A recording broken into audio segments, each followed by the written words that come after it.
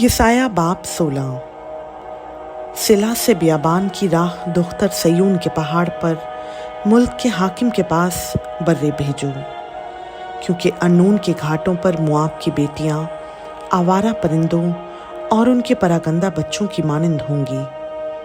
सलाह दो, इंसाफ करो, अपना साया दोपहर को रात की मानंद बनाओ। जलावतनों को पनाह दो, फरारियों को हवाला ना करो। मेरे जिलावतन तेरे साथ रहें। तू मुआब को गारत करों से छुपा ले, क्योंकि सितमगर मौखूफ होंगे और गारतगिरी तमाम हो जाएगी और सब जालिम मुल्क से फना होंगे। यूं तख्त रहमत से कायम होगा और एक शख्स रास्ती से दाऊद के खैमा में उस पर जुलूस फरमाकर अदल की पैरवी करेगा और रास्तबाजी पर मुस्तैद रहेगा। हमने मुआब के घमंड की बाबत सुना है कि वो बड़ा घमंडी है। उसका तकब्बुर और घमंड और कहर भी सुना है। उसकी शेखी हेच है। सो मुआब वावेला करेगा, मुआब के लिए हर एक वावेला करेगा। खैर हिरासत की किशमिश की टिक्कियों पर तुम सख्त तबाहाली में मातम करोगे, क्योंकि हसबून के खेत सूख गए। कौमों के सरदारों ने सिब्मा की ताक की बेहतरीन शाखों को तोड़ डाला। वो याजीर तक बढ़ीं, वो जंगल में भी फैलीं। उसकी शाखें दूर तक फैल गईं। वो दरिया पार गुजरीं।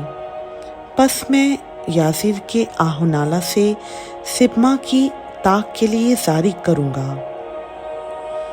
ए हसबून, ए अली आला, मैं तुझे अपने आंसुओं से तर कर दूंगा, क्योंकि तेरे अयाम गर्मी के मेवों और गल्ला की फसल को गोगाए जंग ने आ लिया और शादमानी छीन ली गई और हरे भरे खेतों की खुशी जाती रही और ताकिस्तानों में गाना और ललकारना बंद हो जाएगा।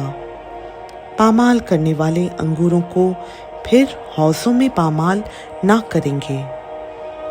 मैंने अंगूर की फसल के गोगा को मौकूफ कर दिया, इसलिए मेरा अंदरून मुआब पर और मेरा दिल खैर हारिस पर बरबत की मानंद फगान खैस है। और यूं होगा कि जब मुआब हाजिर हो और ऊंचे मकाम पर अपने आप को थकाए, बल्कि अपने माबद में जाकर दुआ करे, तो उसे कुछ फ़ायदा ना होगा। ये वो कलाम है जो खुदावंद ने मुआब के हक़ में ज़माना माजी में फ़रमाया था।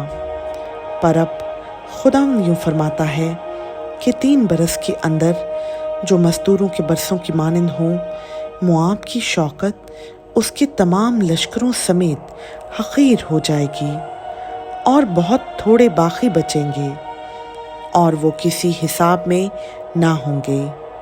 खुदावंद का पाक कलाम का पढ़ा, सुना, समझा और कबूल किया जाना हम सबों के लिए बाइस बरकत हो। आमीन।